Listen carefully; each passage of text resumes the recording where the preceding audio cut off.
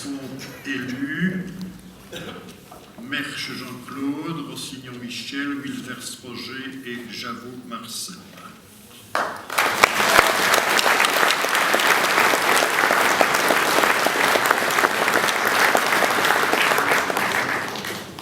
Un sentiment tout d'abord de satisfaction et un sentiment aussi d'énorme responsabilité parce que là maintenant je me rends compte que je vais devoir essayer d'assumer mes responsabilités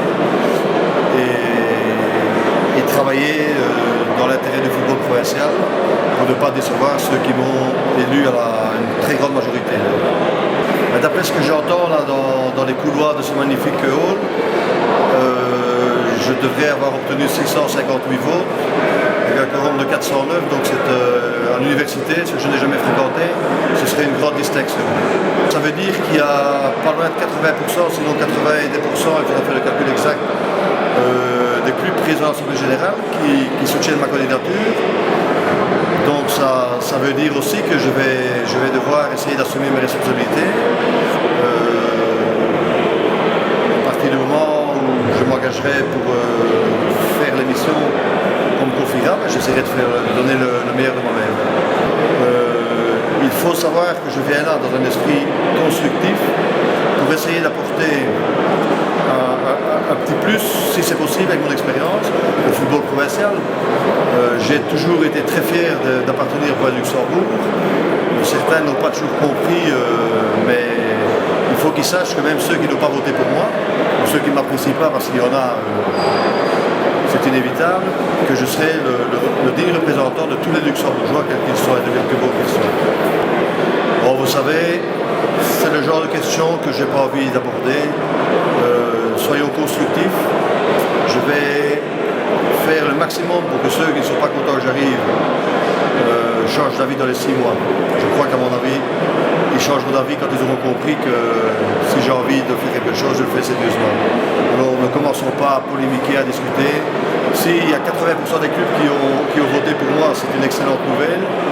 Si j'ai 50-60% des membres du CP qui sont contents d'avoir arrivé à leur côté, c'est très bien. Non, je n'ai même pas vu le président après. J'ai l'impression qu'il est parti. J'ai croisé le secrétaire qui m'a parlé d'un repas qui apparemment est organisé maintenant. Je n'étais malheureusement pas au courant, donc je ne sais pas aller dans leur compagnie déguster et apprécier cette excellente table de vos plateaux.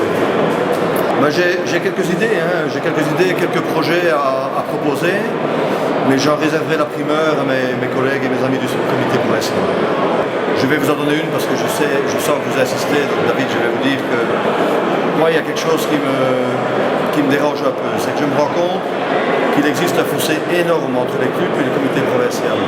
Et ça me dérange profondément dans le sens où le comité provincial est vraiment l'institution représentative des clubs de la province. Et je souhaiterais que le fossé qui existe entre le CP et les clubs de la province se rétrécisse. Je dis supprimer, c'est pas possible parce que d'accord avec tout le monde, on n'y arrivera jamais, mais se rétrécisse sérieusement de façon à ce que les échanges soient beaucoup plus collégiaux qu'ils ne le soient actuellement.